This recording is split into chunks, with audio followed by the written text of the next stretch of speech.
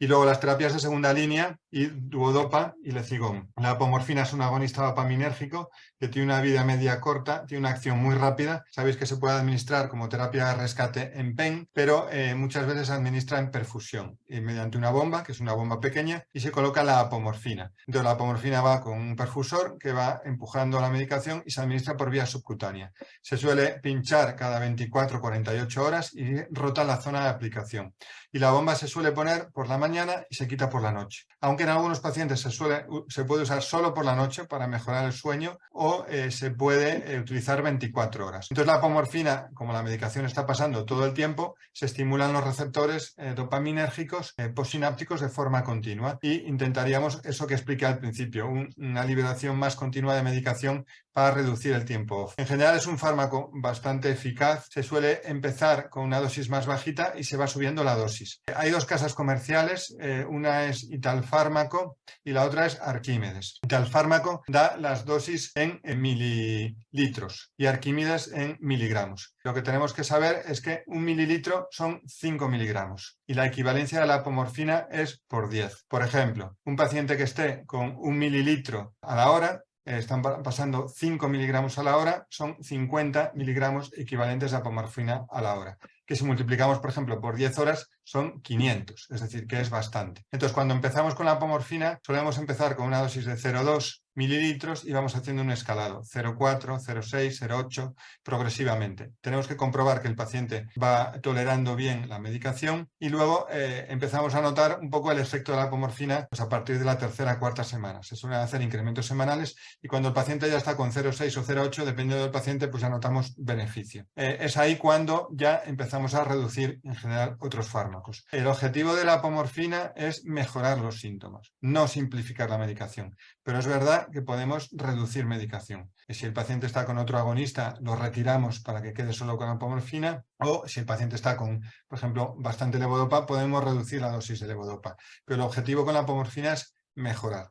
Pero lo que hay que tener muy presente es que un paciente, por ejemplo, que utilice la bomba 16 horas y que esté con una dosis alta de apomorfina de, por ejemplo, 1 mililitro, 1,2, al final estamos hablando que puede estar en torno a 1 gramo equivalente de levodopa, es decir, que es bastante dosis equivalente de levodopa, entonces hay que tenerlo presente. Y luego, por supuesto, los efectos secundarios de la apomorfina. A nivel local pueden aparecer nódulos subcutáneos, que es muy, muy habitual, casi todos los pacientes, todos yo diría, si les palpas la barriga, bien, tienen nódulos, pero realmente que luego puedan ser más problemáticos son mucho menos ahora con las agujas nuevas que tenemos. Ahora hay agujas, incluso en algunos sitios, lo que se llama la Neria Guard, que es una aguja, que es un autoinyector que funciona de forma fabulosa. Es muy fácil de poner, el paciente lo único que tiene que pincharse y ya entra la aguja, son de teflón y realmente ha habido una mejoría espectacular.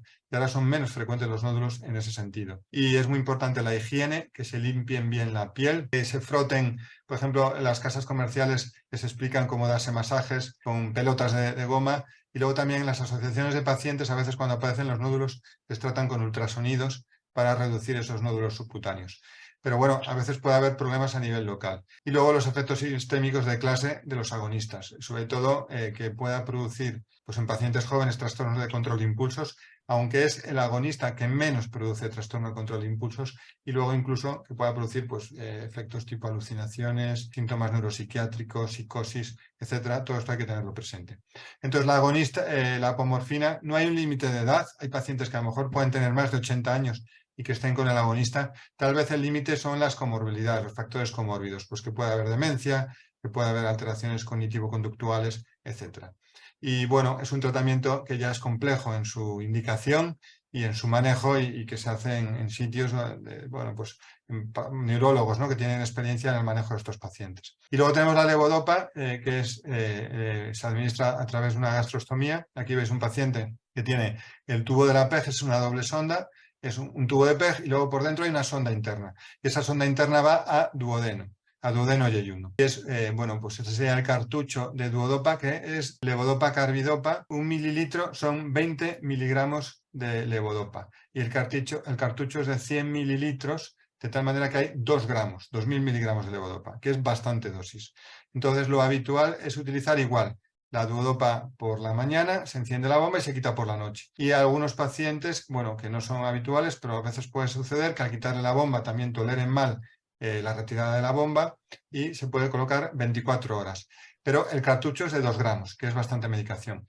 Y es bastante raro que, bueno, no es habitual, más de 2 gramos. Pero hay pacientes que pueden llevar más de un cartucho al día. Yo me encontré un paciente una vez que fue a la consulta particular, una vez un paciente de otro sitio que tenía hasta 3 cartuchos de duodopa, una auténtica cosa increíble, que serían, pues 3 cartuchos son 6 gramos de levodopa. Entonces la duodopa, aparte, lo que sobra del cartucho se desecha y también son tratamientos caros. Entonces, cuando el paciente con un cartucho no tiene un control óptimo, bueno, pues hay pacientes que están con otros fármacos también. Puede estar con un IMAB, con un ICONT, con un agonista combinado. Y la bomba es esta, es la bomba de duodopa, aquí estaría el cartucho y aquí es la bomba. Y el mecanismo es el mismo, es decir, hay una dosis matutina, que es la que pasa rápido para hacer el purgado y para que también el paciente alcance niveles rápidos de levodopa. Y luego hay una dosis continua, que es la que va pasando para conseguir unos niveles estables. Y luego, cuando el paciente tiene algún momento de bajón estando con la bomba, tanto como con la bomba de apomorfina como con duodopa, se puede dar una dosis extra, el paciente se da el bolo para que pase más rápido y rescatar al paciente del OZ. Y realmente es un poco el manejo de los pacientes con duodopa. Y ahora salió levodopa, carbidopa, entacapona, que bueno, lo que permite la entacapona es reducir la necesidad de levodopa. Entonces los cartuchos son más pequeños, son de 47 mililitros y la dosis sería como en torno a unos 1400 miligramos de levodopa. Entonces, como los cartuchos son más pequeños, lo que permite es, bueno, pues que el cartucho se pueda adaptar a una bomba más pequeña. La bomba no es exactamente igual, por ejemplo, que esta de tal fármaco, pero es prácticamente muy parecida. Es muy pequeñita y también es más cómodo para los pacientes. Entonces, esto es lo que se llama Lecigón, que ha salido recientemente el año pasado en España y a día de hoy pues hay pocos pacientes. Debe haber pues, en torno a 40 pacientes como mucho con Lecigón en España. Nosotros tenemos experiencia ya con 3 pacientes y la verdad es que la respuesta ha sido también muy buena en los pacientes y lo que vemos que es que, bueno, que la bomba es más pequeña y también es una mejoría en este sentido con respecto al duodopa. A día de hoy realmente nadie sabe responder si es mejor levodopa en monoterapia con duodopa o es mejor llevar un inhibidor de la COMT asociado. El llevar el inhibidor de la COMT permite menos necesidad, dosis más bajas de levodopa y eso podría ser beneficioso, por ejemplo, a la hora de efectos tóxicos de la levodopa, puede producir neuropatía, etcétera, pero también los ICONT pueden tener efectos secundarios. Y en el caso de la entacapona, que no lo comenté antes, puede aparecer diarrea, por ejemplo, en un 10% de los pacientes. Entonces, si al paciente se le pone Lecigón sin haber probado antes entacapona, puede haber diarrea como efecto secundario y es una de las cosas que habría que tener en cuenta. Y bueno, en general estos pacientes pues son pacientes que son complicados, son pacientes que llevan ya unos años con la enfermedad y bueno, yo creo que sobre todo cuando haya dudas con respecto al tratamiento, la recomendación es contactar con el neurólogo, porque el neurólogo también suele estar bastante pendiente y preocupado por la complejidad de estos pacientes y de los efectos secundarios en los tratamientos. Y luego, terapias de rescate o tratamientos a demanda, tendríamos la apomorfina subcutánea, que esto sería el PEN de apomorfina. Se utiliza poco, la verdad. ¿Y por qué se utiliza poco? Yo creo que sobre todo por 2 motivos. Uno, que el paciente tiene que pincharse y 2, que hay que hacer lo que llamamos un test de apomorfina. El test de apomorfina es que el paciente va a la consulta, se le da Motilium 3 días antes, igual que cuando se empieza con la apomorfina en perfusión, pero empezamos con una dosis baja de apomorfina subcutánea con un pinchazo y luego vamos subiendo la dosis. Y vemos también el paciente cómo lo tolera hasta que observamos que el paciente tolera el tratamiento y responde a esa dosis de apomorfina. Pero el problema es que el paciente pueda tolerarlo mal y puede hacer pues, un síncope o una hipotensión o algún efecto secundario. Entonces, realmente, bueno, vemos pacientes que toleran mal el test de apomorfina, algún susto hemos tenido, por ejemplo, que el paciente pueda llegar a sincopar y realmente, por ejemplo, cuando se empieza con la perfusión de apomorfina poco a poco, la toleran muy bien. Empiezan con una dosis muy bajita de apomorfina, 0,2 mililitros hora, y van subiendo la dosis y lo toleran bien. Entonces, por eso realmente la apomorfina en PEN se utiliza poco. Y lo que ha salido al mercado es Imbrilla, que bueno, ha salido en el mes de febrero-marzo y a día de hoy ya se prescribe. Y es levodopa inhalada, solo es levodopa, no lleva inhibidor. Y se utiliza a demanda cuando el paciente entra en OFF. Entonces, son unas cápsulas de 42 miligramos y el paciente lo que hace cuando entra en off es cargar en el inhalador la cápsula y la tiene que inhalar por vía oral y es una inhalación profunda, no es soplar, sino que es al revés, es inhalar y tiene que ser profunda, despacio. Y bueno, se retira la cápsula y luego vuelve a colocar otra segunda cápsula. Es decir, el rescate, porque es lo que se vio en los ensayos clínicos, la dosis realmente eficaz era 84 miligramos, que son 2 cápsulas de 42. En el ensayo clínico, por ejemplo, fase 3, publicado en Lancet Neurology, producía una reducción de 10 puntos de la UPDRS3 frente a en torno a 5 puntos el placebo. Realmente en los ensayos posteriores, por ejemplo, de seguimiento a largo plazo de un año, más de práctica clínica y para evaluar función pulmonar, que se ha demostrado que es seguro, pues se observaba que a los 30 minutos tiene un efecto máximo de 15 puntos de reducción de la UPDRS3, que es un efecto bastante importante, y que después de una hora este efecto se mantiene. Y también, por ejemplo, en el estudio de un año de seguimiento se ve que a los 3 meses, pero también a los 12 meses de estar usando Inbrilla, el medicamento sigue funcionando y se sigue produciendo esa respuesta buena. ¿Y cuál es lo bueno de Inbrilla? Tal vez lo malo es que el paciente se tenga que inhalar 2 cápsulas, pero lo bueno es que es un fármaco muy bien tolerado. Nos da una sensación de seguridad muy buena, porque los efectos secundarios son poco frecuentes y más bien leves. El que más aparece es la tos, en un 15% de los pacientes. Y muchos pacientes lo que refieren es la tos al inhalar el polvillo de la levodopa. Y es una tos que bueno, se puede mitigar bebiendo, por ejemplo, agua, y es una tos más bien pasajera.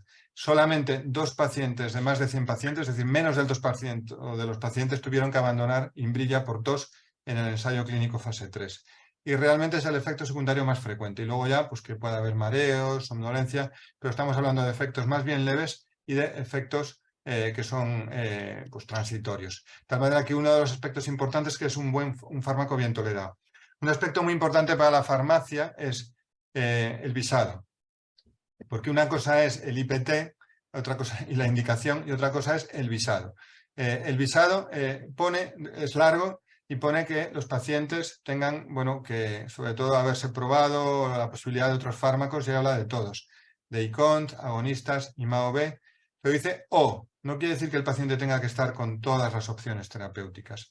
Y luego se habla de que, bueno, aquellos casos en los cuales la apomorfina no tenga un perfil de tolerabilidad adecuado. Lo digo porque en algunos sitios de España puede haber problemas con el visado. Y en este caso, bueno, desde farmacia, nosotros entendemos, ¿no?, que es en pacientes que tengan estos episodios off y que no se controlen con medicación convencional y que les pueda suponer un beneficio y que realmente que pueda ser una alternativa buena a la apomorfina en PEN, porque primero el paciente no se tiene que pinchar, es muchísimo mejor en ese sentido, y luego segundo, que no hay que hacer el test de apomorfina, simplemente es explicarle al paciente cómo administrarlo y luego que lo pruebe en el domicilio. No sé si hay alguna pregunta con esto. No, de esto en concreto no. Hay 2 preguntas aquí, pero no sé si vas a tocar, que es sobre la toxina botulínica y sobre el ondansetron como terapia antiemética. Bueno, con respecto a la toxina, lo que iba a comentar al final de la charla es que se utiliza sobre todo para pacientes que puedan hacer distonía. Entonces, por ejemplo, la distonía de off de la mañana puede ser una opción terapéutica. El objetivo sería mejorar esa cinesia matutina y esa distonía, pero si con el tratamiento que hemos explicado no mejora, una posibilidad en pacientes que además acaban haciendo una distonía fija puede ser la toxina botulínica. Y también se puede utilizar la distonía, por ejemplo, en pacientes con sialorrea. Se puede producir infiltraciones a nivel de la glándula parótida, a nivel de las glándulas submandibulares, y para la sialorrea es una buena opción terapéutica. Y para el tema de la distonía, pues también se puede utilizar la toxina botulínica. La toxina botulínica, lo que se hace es, el médico que va a infiltrar, pues empezar con dosis bajas y luego se va viendo la respuesta. Hay que comprobar, pues obviamente, la tolerabilidad, como siempre, y luego que el medicamento produce beneficio. A lo mejor al principio, si no hay respuesta, pues para la siguiente vez se sube la dosis. En general, los pacientes pues, pueden obtener beneficio y luego el efecto de la toxina puede durar entre 3 y 6 meses. Y periódicamente pues, habría que pincharlos dependiendo de cada paciente. En trastornos del movimiento, donde más frecuentemente se utiliza la toxina, obviamente, es para las distonías. Para la distonía. Pues, por ejemplo, para la distonía cervical o, por ejemplo, para la distonía para lo que es el blefarospasmo, ¿no? Es muy frecuente utilizar la toxina, porque realmente los fármacos que podemos utilizar, los anticolinérgicos, las benzodiazepinas, el clonazepam, tienen un efecto sistémico y realmente lo que necesitamos son fármacos que se infiltran, producen una relajación, en cierto modo, de lo que es la musculatura y es el tratamiento más eficaz. Entonces, por ejemplo, para los pacientes con blefarospasmo, distonía cervical o distonía en otra parte del cuerpo, por supuesto, se puede infiltrar toxina. Y a día de hoy además se ha mejorado porque antes se infiltraba bueno, como quien decía, con referencias anatómicas explorando el paciente y ahora a día de hoy se utiliza o bien la electromiografía o cada vez se está utilizando más la ultrasonografía para infiltrar toxina y también es más segura para poder infiltrar la toxina bien. Y con respecto al ondansetron, no es un fármaco que se utilice mucho, pero bueno, es un fármaco que se podría utilizar bueno, en pacientes con enfermedad de Parkinson que efectivamente tienen náuseas o vómitos, pero no es un fármaco que tampoco se utiliza de forma crónica. Es decir, de un paciente hospitalizado que por el motivo que sea, pues tiene mucha sintomatología de náuseas y vómitos, pues se puede llegar a utilizar, pero realmente no es un fármaco que se utilice de forma habitual, no sé si os coincide, pero de forma habitual en pacientes como tratamiento crónico. Es de visado también, por eso a lo mejor está también restringido a emesis de cirugía abdominal y oncológica tras radioterapia, ¿no? Entonces, sí, estaría fuera de ficha en principio. También, fuera de financiación, vamos, el tema. No sé si... Luego, bueno, simplemente decir que va a venir el próximo año seguramente ya la apomorfina sublingual, que es como la apomorfina subcutánea de rescate, pero que en este caso va a ser sublingual. Va a ser una lámina que el paciente se coloca debajo de la lengua, se absorbe de forma rápida y actuaría muy rápido. Y va a venir con este nombre comercial y, bueno, pues habría diferentes dosis, 10, 15, 20, 25 y 30 miligramos, y el objetivo sería el mismo. Y también habría que hacer un test de apomorfina con la dosis más baja en el hospital, esto va a ser en el hospital, pues para ver si realmente el paciente la tolera y responde. Y si no, ya se podría hacer un escalado de dosis que estaría por ver si se podría hacer en el propio domicilio, a ver la estrategia que se llega a desarrollar para el uso de la apomorfina en España. Obviamente mejora mucho el tema de la inyección. Uno de los problemas van a ser los problemas a nivel orolingual, porque se pueden producir úlceras o lesiones a nivel de la lengua, de la boca, etcétera. Y bueno, el efecto es también sistémico. La apomorfina sublingual es más potente que la levodopa inhalada, pero también se tolera peor y da más efectos secundarios. Y como sucede con la apomorfina y la levodopa enteral, la apomorfina es potente, pero los pacientes abandonan más y con levodopa, pues los pacientes mantienen más tiempo el tratamiento porque se tolera mejor. Y en el caso de la levodopa va a venir subcutánea. Nosotros hemos participado, por ejemplo, en el ensayo de AVI de levodopa subcutánea. Tenemos algunos pacientes que llevan más de 3 años y la respuesta pues también es buena, pero hay muchos interrogantes. No se sabe si va a ser 24 horas o 16 horas o opción por la noche. En el ensayo son 24 horas y luego tampoco se sabe realmente si el efecto es más potente o menos potente que la levodopa enteral. En el ensayo clínico, que fue absolutamente igual, en uno de ellos el diseño frente a bueno, el de Ulanov, que fue la duodopa, pues restando el efecto placebo es igual de potente que la propia duodopa. Pero lo que sucede es que la duodopa, los pacientes tuvieron más efecto placebo y al final el efecto reducir el tiempo fue más alto, de unas 4 horas. Pero esto vendrá y va a venir pronto y ahora está ya en negociación con el Ministerio y se administrará por vía subcutánea y se utilizarán pues también las agujas que se utilizan para la apomorfina.